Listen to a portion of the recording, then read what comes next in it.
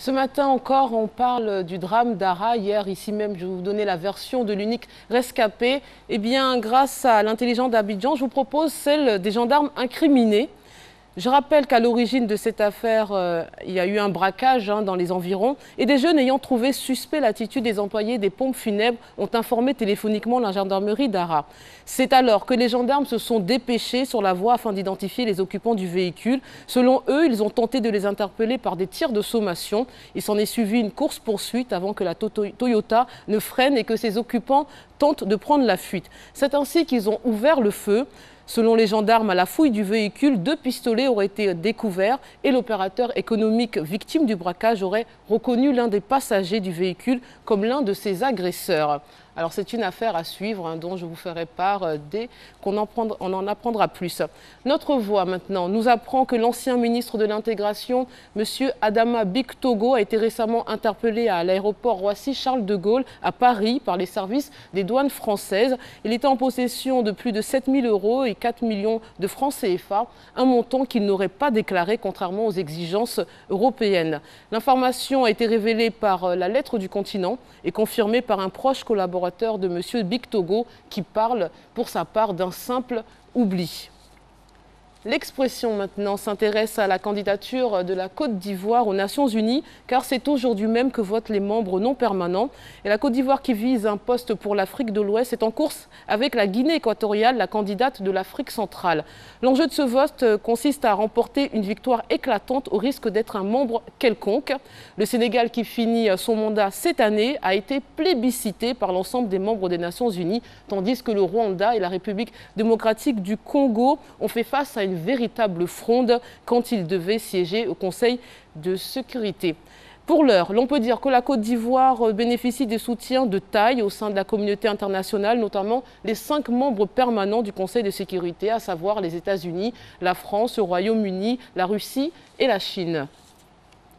Je vous propose maintenant un magnifique reportage en Jordanie à lire sur le site de France Soir. Selon l'article, le camp d'Al-Ouidad, établi pour accueillir les réfugiés palestiniens qui avaient pris le chemin de l'exode après la guerre israélo-arabe de 1948, passerait presque pour un quartier de la capitale jordanienne.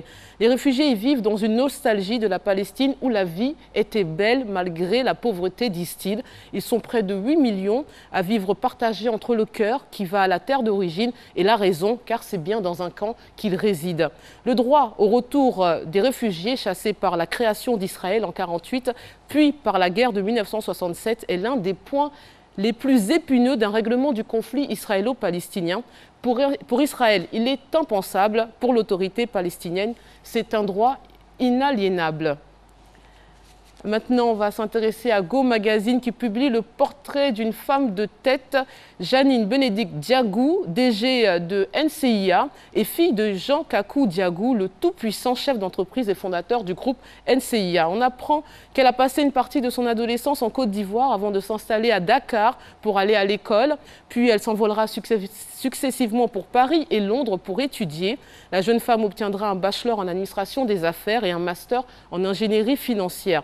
Puis c'est en 1995 qu'elle sera recrutée à la Citibank à Abidjan avant de poser ses valises chez le groupe pétrolier Mobile Hall en tant qu'auditrice. Et ce n'est que 4 ans plus tard que son père lui demande de la rejoindre dans sa société d'assurance NCIA qui à cette époque est le premier groupe d'assurance en Afrique francophone, choix qu'elle n'a pas regretté et on comprend pourquoi. Allez, on reste dans la planète People avec Go Magazine, toujours. De Bordeaux, Likumfa est accusé donc de tentative de meurtre sur son collègue DJ Arafat et convoqué par le commissariat du 22e arrondissement après la plainte de ces derniers.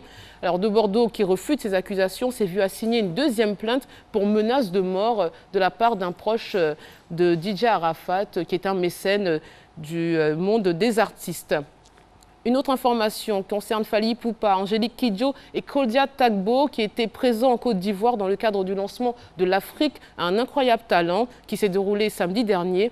Et à la fin de la cérémonie, le trio a rendu visite à Alpha Blondy et ils ont dit avoir rencontré un immense artiste africain. On le savait déjà.